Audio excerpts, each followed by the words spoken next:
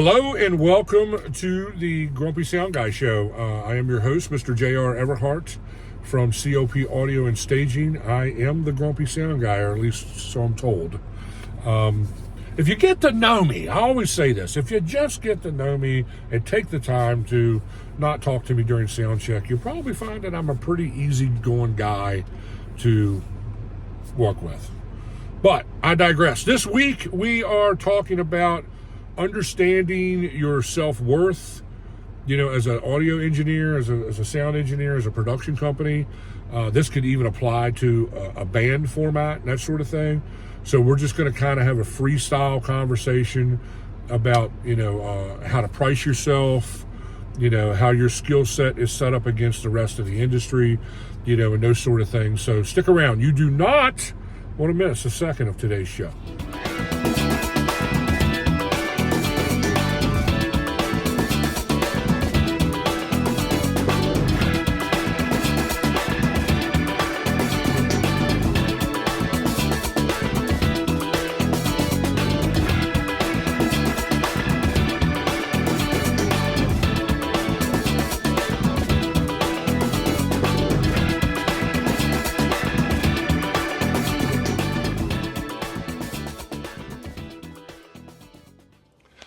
Hey guys, if I could just have a moment of your time to talk to you about this channel. 49.8% of you guys watching this right now is not subscribed to this channel. Will you please hit that subscription button? It doesn't cost anything to subscribe to the channel on the public side here. And then that gives us tools and resources and for my marketing team to be able to do what we need to do to get this content out to people who really enjoy this sort of thing.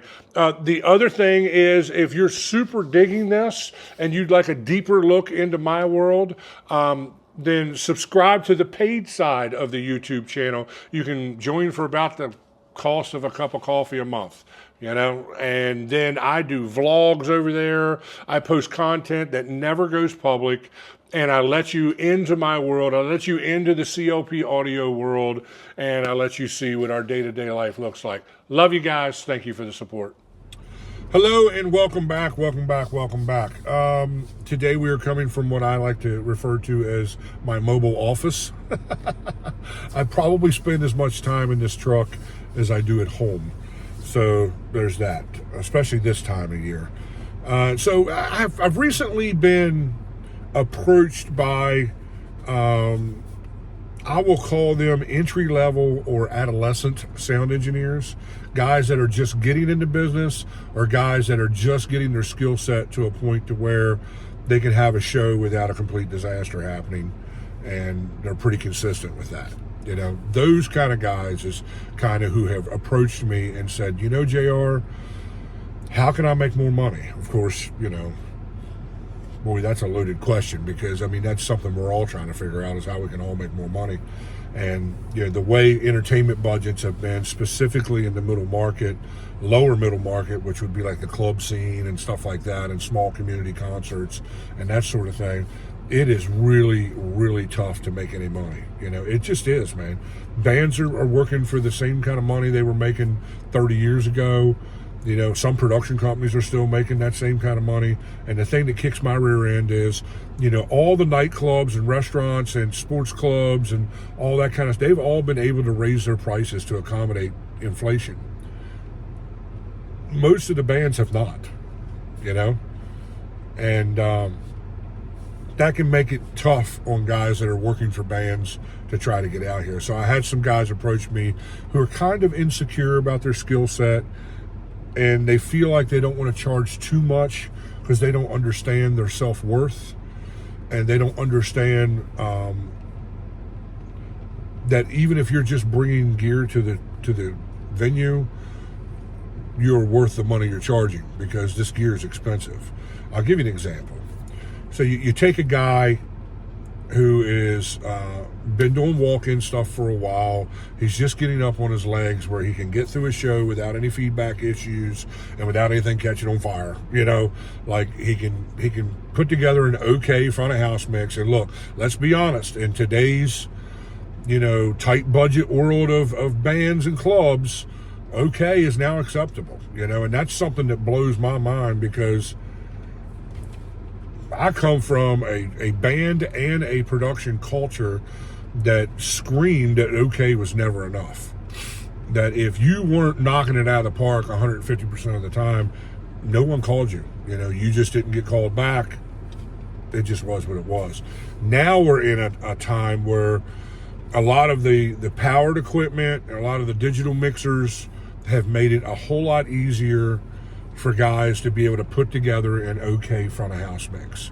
So you take a guy who can do that, and he's showing up with a pickup truck, an enclosed trailer, full of gear. Let's just say he's got, 10, 15 grand worth of gear and got another, 30 grand in a truck and trailer, because that's real easy to do.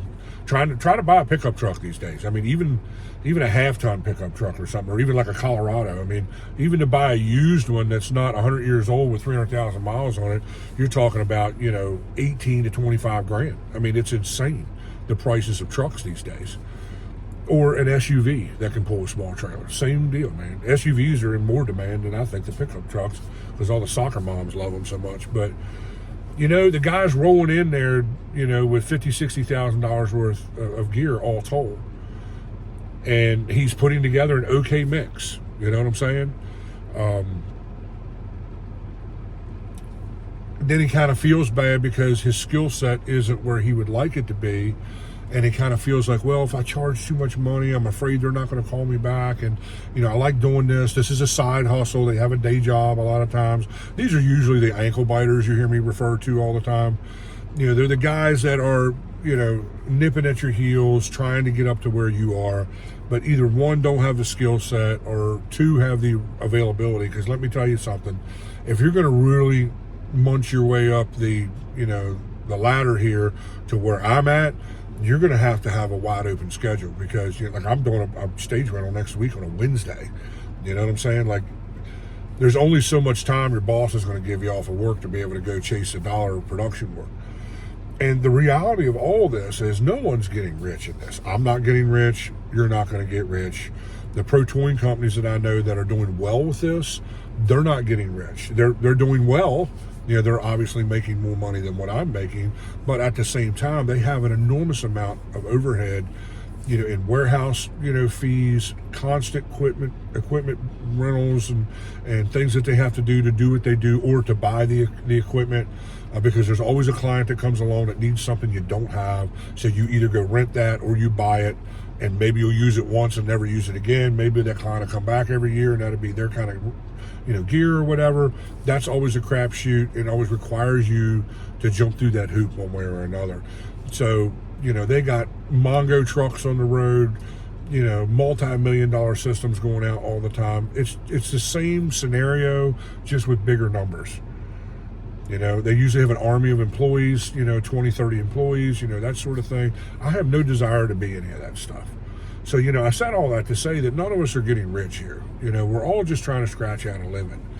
But if you are so insecure about who you are, then you're never going to get from point A to point B. Some of the best business advice I ever got in my entire life was, you're never going to get big money if you're afraid to ask for big money. That's the bottom line. And some people are great production engineers and horrible salesmen. Some people are great salesmen and horrible production engineers. I could give you one particular guy's name right now off the top of my head, who has a warehouse full of gear, mobile staging, the whole 9 yards and all that, and he's not really much of an engineer. He's somebody who's a phenomenal businessman and has really watched his money and really built his company. And I'm not hating on the guy, hey man, go for it. I'm happy that you're getting the stuff that you're getting. But I regularly have bands that have been at his events that come to me and complain about how rough the mix was. That's just the way the business is, man. I try to pride myself on the fact that I'm pretty good at both. I'm a pretty good salesman. I have a lot of sales experience, and I'm a pretty good sound engineer, and I have a reputation to back that up. So I'm not the cheapest guy in town. and no one can stay in business being the cheapest guy in town. And some of these ankle biter guys come into the business and they feel like they live in constant fear of losing their client. They live in constant fear of someone's going to be cheaper than me. So they try to be the cheapest guy in town. I'm telling you right now, that is a lost cause. You will never get where you want to go if that's your mentality. Number one, you should never let your competition set your rates. You should be competitive. You should know the ballpark of what it costs to do a festival, staging, sound, lighting, the whole nine, You should have a ballpark idea of what people pay for a walk-in guy on my level, or to do a club gig, and have confidence in the consistency that a company like COP Audio brings to the table.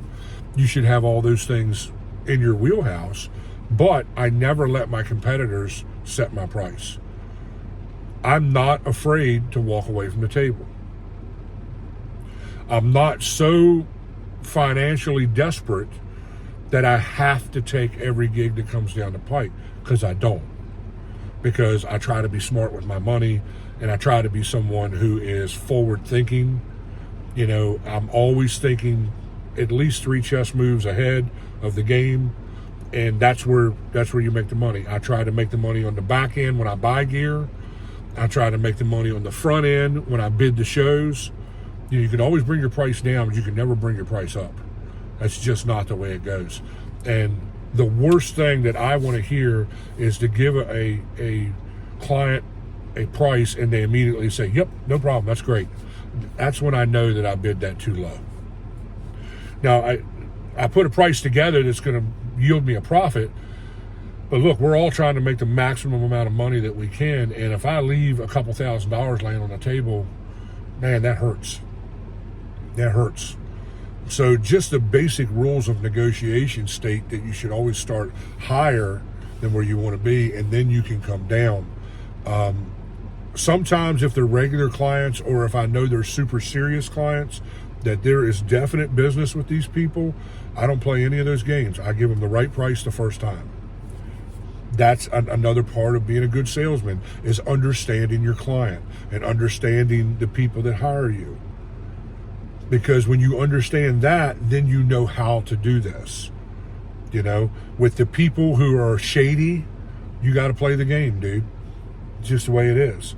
Somebody comes at me and won't give me a number, I always ask the client for a number. I want the client to put a number on the table first.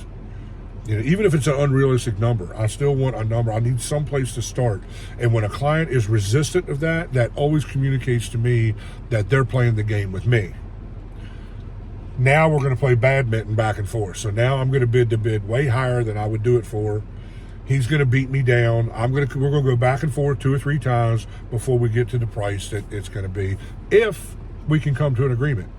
Because some people just have unrealistic expectations. They have vision out the wazoo, but they don't know how to execute. And some of these people are holding the keys to the kingdom. I'm someone who will always politely dismiss myself from the table and say, you know what, you should really shop this, because there's other guys out there, and you might find someone that will fit in your budget better than me.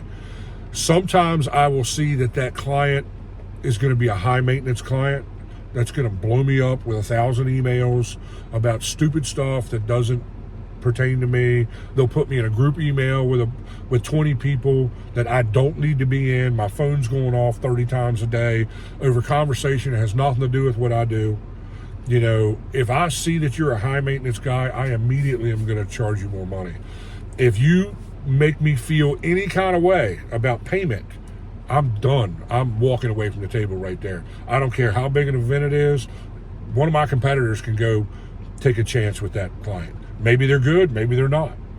Maybe they're going to be a client that's going to cancel on you 3 days before the gig because they're calling for rain, and is not going to pay you the remaining part of what they signed the contract to pay you.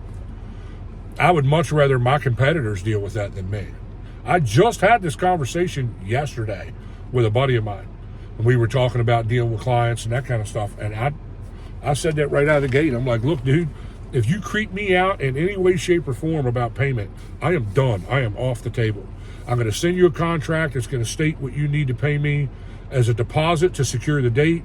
And then my contract says you will pay the remaining amount 7 to 5 days before the event, because I need to make sure your check is going to clear the bank before I show up. Why, JR? That sounds insane. I always get paid after the event. The problem with getting paid after the event is that they can renegotiate the deal, or they can just choose to not pay you, or no one showed up at the gig and they don't have the money to pay you. 5 to 7 days before the event, they should have all the pre-sale ticket money that they need. They should have all their sponsor money, all that kind of stuff. That communicates that they're ready for this event. If they don't have that, I'm not doing the gig, dude. I'm not interested. I've been screwed so many times, doing events where people didn't pay, or people didn't show up, so this is all we can afford to pay you. Well, God forbid my overhead. These festivals, I always have 4 or 5 guys on the payroll, not to mention fuel or a generator rental, or, there's all kinds of things. God forbid if I had to rent a U-Haul or something like that. All that stuff is on the hook. I'm not in this business to break even. I'm in this business to turn a profit. And if you don't have your head wrapped around that, you should really consider taking up golf or something. Find another hobby. Because all you're going to do is fail over and over. You'll get stuck in that payment cycle all the time with every event. And the ones you got to be most cautious about are the ones that come with you with a smile on their face and a warm heart. And this is a benefit from my cousin who has cancer and all this kind of stuff and everything. And my response to all that is very gently and humbly and with a warm heart. Man, I totally get it. We would absolutely love to be part of this event. But from my 35 years of experience in this business, I know that you got to spend money to make money. So this is what it costs for us. We don't have the ability to do these events for free. We just don't. That's not part of who we are. It's not part of our business model. There's no way we can do it for free, nor do it for a tenth of what we usually charge. I can give you a discount to some degree or another, especially if it's a cause that I feel, resonates with me and something that I want to support. Cancer is one of those, because I lost my mom to cancer. So that's a different thing, but it should always be on your terms. I always say that if you're going to do a pro bono gig or something like that, I just offered to sponsor a community concert series in my local neighborhood. It's literally a mile and a half down the road from my shop. And I said, if they're getting ready to build a new park in our community with an amphitheater, and I had posted on the Facebook post that, hey, I would love to sponsor a Tuesday night summer concert series. Tuesday's slowest day of the week for pro audio. It's a mile and a half down the street from my house. I said, if the community can sponsor what it costs to pay the bands, I will provide production for free. It's going to be a day event. It's just going to be a little club sound system. See how I have control of the event that way? If you're going to do free stuff, you do it on your terms. If you're going to give a heavy discount, you do it on your terms. That's the way it always has to happen. But these people who come to you looking for a handout, sometimes you have to just gently and calmly tell them that I'm sorry, but I just don't have that kind of ability to do this for you. Here's some phone numbers of some guys that may be able to. If it's something that I really want to help them with, I'll give them some ankle biter, phone numbers. And those are the guys that should really be doing those kind of events anyways. You're going to get what you pay for. You're going to get a guy that's going to come out and do what, $300 or $400 buys you. You know what I'm saying? So you got to be so smart in this business, because there's so many people who want to wrangle you into the risk factor of the event. And I've talked about this before on this channel, and it bears to be repeated. I am not in the business of taking a risk on this event with you, okay? You are hiring my services the same way you're hiring the Blue John guy that brings out the porta potties, the same way you're hiring the tent company that's bringing the tents out, the same way you're hiring catering, if there's catering. Those people get paid whether the event happens or it doesn't. They can't do business any other way. I will come set up in the rain and at the very least get playback music going. I've done it many times before. Like, we will come and execute the gig to the best of our ability in the most safe manner that we possibly can. But if it's an absolutely torrential downpour, that's the risk the promoter takes. The people who are putting the event together, not the production company. You're buying the date as much as you're buying the services from me. So you have a non-refundable deposit in place. My cancellation policy is under 30 days, you owe me 100%. That is what it is. If you cancel 30, 45 days out, we can work with you that way, because maybe we can reschedule that event someplace else. But the reality of it is, you're on the hook either way.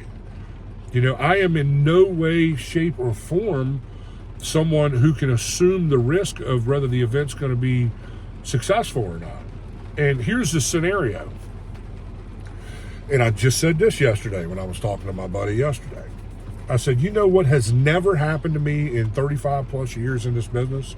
Not once has someone come to me and asked me to give them a discount on this event because it's their first time doing it and they want to do 5 events a year for the rest of their life, And the reality of it is, they do one event, and if it doesn't do everything they think it is, or they realize there's a lot of work in this and it's not just all fun and games, then they never do an event again. So whatever discount you gave them to earn that other business was for nothing.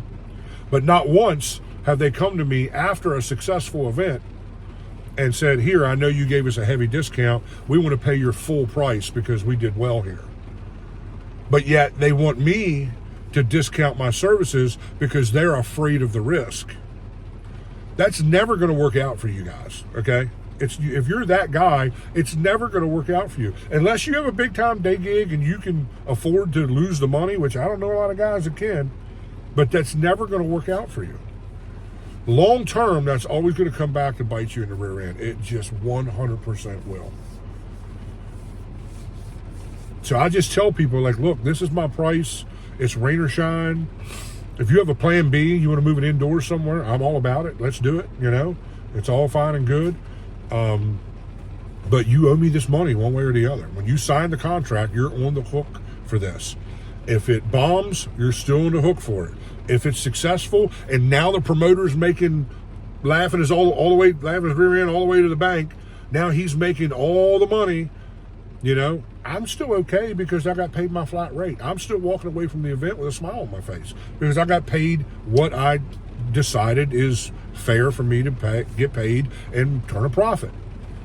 See, that's the thing. The people who take the risk are positioned to make huge amounts of money. If ticket sales go great, they're making money off the vendors. I mean, when these events work, they really work, okay?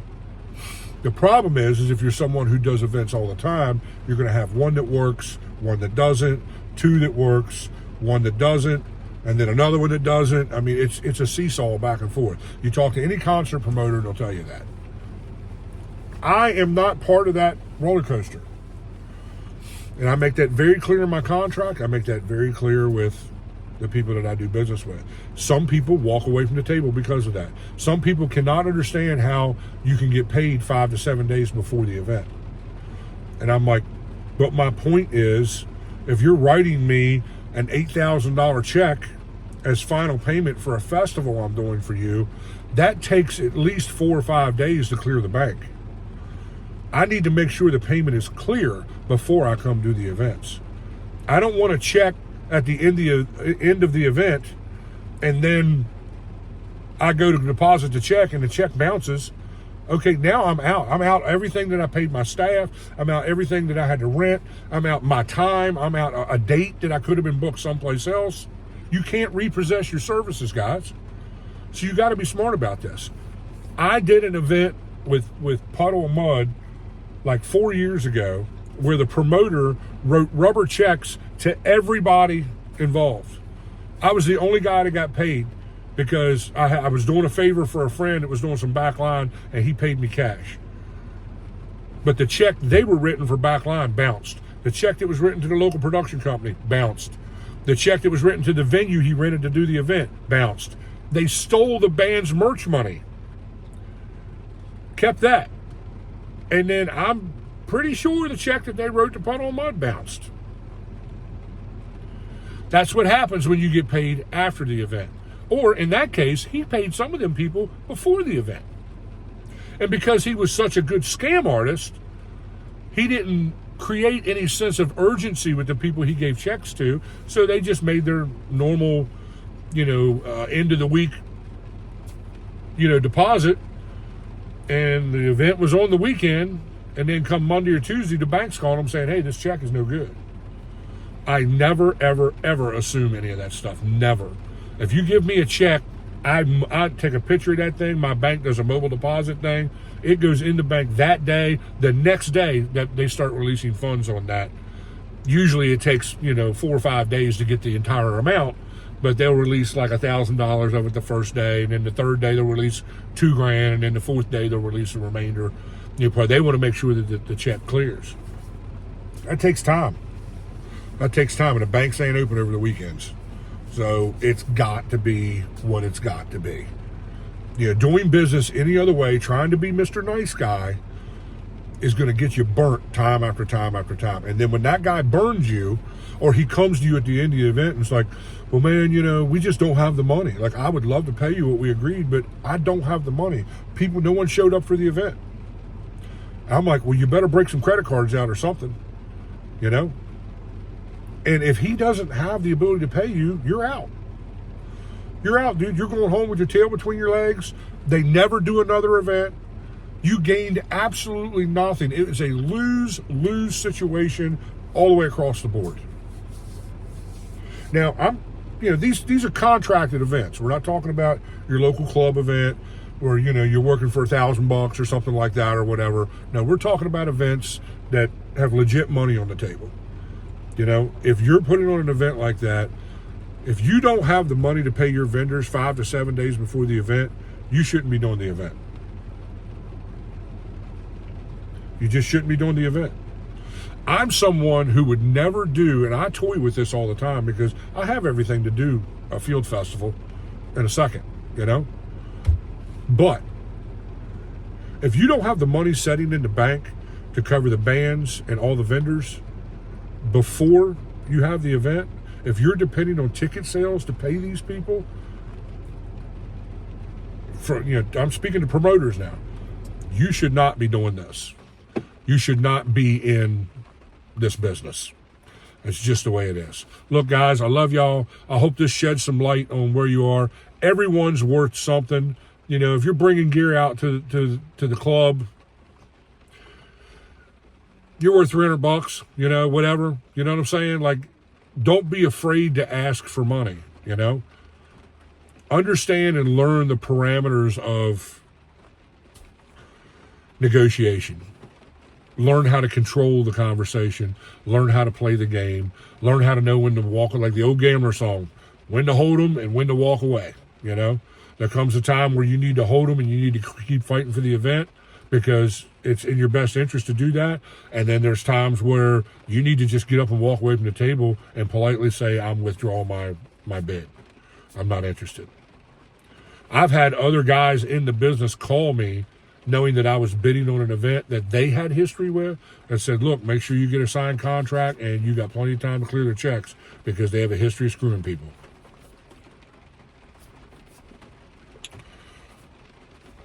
It happens every day. It happens every day. And what are you going to do when, you're standing there looking at your guys and you know that you didn't get paid enough money to pay them? Now you're going to start losing crew members over this whole thing. It really genuinely can spiral and snowball into your worst nightmare. So just be super careful with how you do your contracts. Be super careful with who you choose to connect with in this business. The other side of this conversation is if I already have a working relationship with you, then that's a whole completely different set of parameters. If we have a working relationship, I'll bend one way or the other. I'll help you on price. And, if we need to, wait till after the gig for payment and you're someone that I have a positive work history with, hey, man, I'll work with you to the best of my ability.